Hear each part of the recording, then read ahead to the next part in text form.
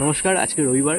তো ছুটির দিনে আমরা কোথায় আসি সেটা আমি দেখালাম আপনাদেরকে। আমি কোথায় আসি, ছুটির দিনে আমরা আসি হচ্ছে মন্দির দর্শন করতে, যেটা হচ্ছে নাটাগড়ের একটি জায়গা। সেটা হচ্ছে বাবা মহাজনতলার মন্দির। সেখানে কিছুদিন আগে ঝাপান হয়ে গেল এবং আমি ঝাপানে ছিলাম না, সে সময় আমি দিল্লি ছিলাম। তো তার মধ্যে ঝাপানটা হয়ে গেল। তো সানডে রবিবার দিন আমরা কোথাও যাই না ফালতু জায়গায় ঘুরতে, মন্দিরে ঘুরতে বেশি ভালোবাসি এবং আমার এটা ফেভারিট জায়গা সব থেকে। তাই জন্য আমি এটাই বারবার করে আসি ঘুরতে, প্রভুর মন্দিরে। এবং জায়গাটার বিষয়ে একটুখানি কথা বলি, যেটা হচ্ছে জায়গাটা খুব নির্জন জায়গা এবং আপনারাও আসলে খুব ভালো লাগবে জায়গাটাতে। নির্জন তো আছেই, প্লাস আশেপাশে গাছপালা ভর্তি এবং একদম আশেপাশে জমি ভর্তি কিন্তু দেখাতে পাচ্ছি। দেখুন আশেপাশে গাছপালা, জমি, শুধু নির্জন জায়গা। কিন্তু এখানে যদি আসেন সকালবেলাতেও, আমি এখন এসেছি, এখন ঘড়িতে 5টা বাজে, বিকাল 5টা। আমরা বেরিয়েছিলাম মোটামুটি 4:30 নাগাদ।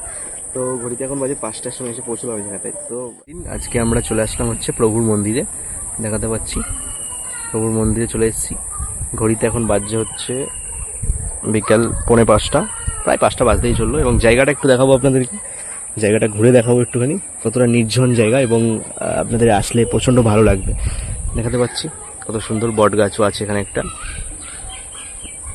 এটা বট গাছই তো, সত্য গাছ, বট গাছ। এটা অনেকটা মোটা কিন্তু, মানে অনেক বয়স্ক বট গাছ। এবং আমার প্রভুর মন্দিরটা, বাবার মন্দিরটা দেখো সবাই, মহাজনতলার মন্দির। অনেকেই চেনো হয়তো। একদম নদী নালা আছে পাশে, পুকুর টুকুর আছে তার পাশে একদম। তো আমাদের ছুটির দিনে আমরা এইসব মন্দির টন্দির ঘুরতে বেশি ভালোবাসি।